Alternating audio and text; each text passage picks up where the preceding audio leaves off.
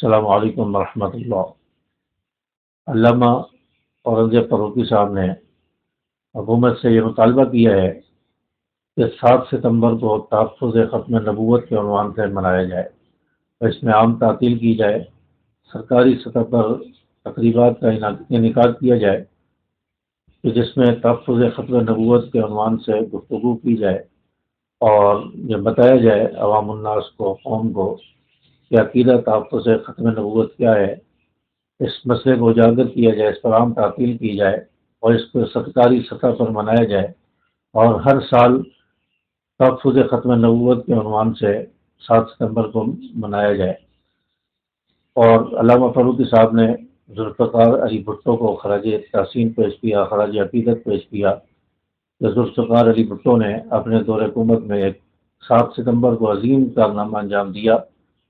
کہ 7 ستمبر کو قانونی طور پر قادیانیوں کو غیر مسلم اقلیت قرار دیا گیا، ان کو دائرہ اسلام سے خارج قرار دیا گیا، ان کو نبی کا گستاخ اور ختم نبوت کا منکر قرار دیا گیا۔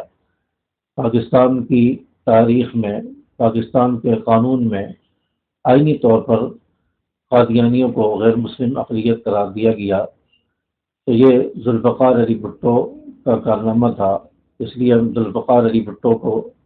اس جد و جہد پر، اس محنت پر، اس کوشش پر،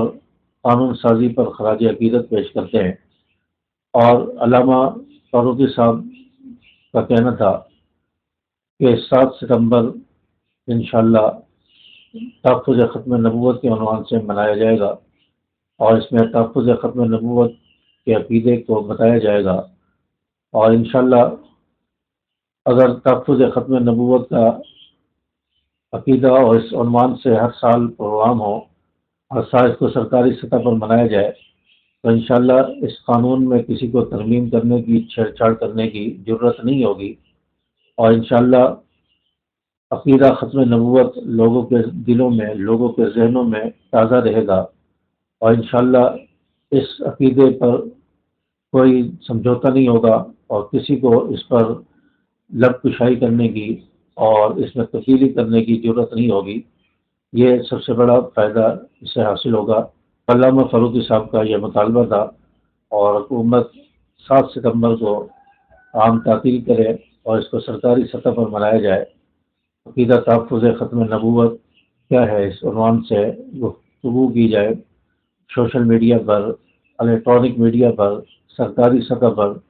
اس بات کو اجاگر کر کے عقیدہ ختم نبوت بتایا جائے۔ اللہ تبارک و تعالیٰ میں سمجھ عمل کی توفیق عطا فرمائے۔ السلام علیکم ورحمۃ اللہ۔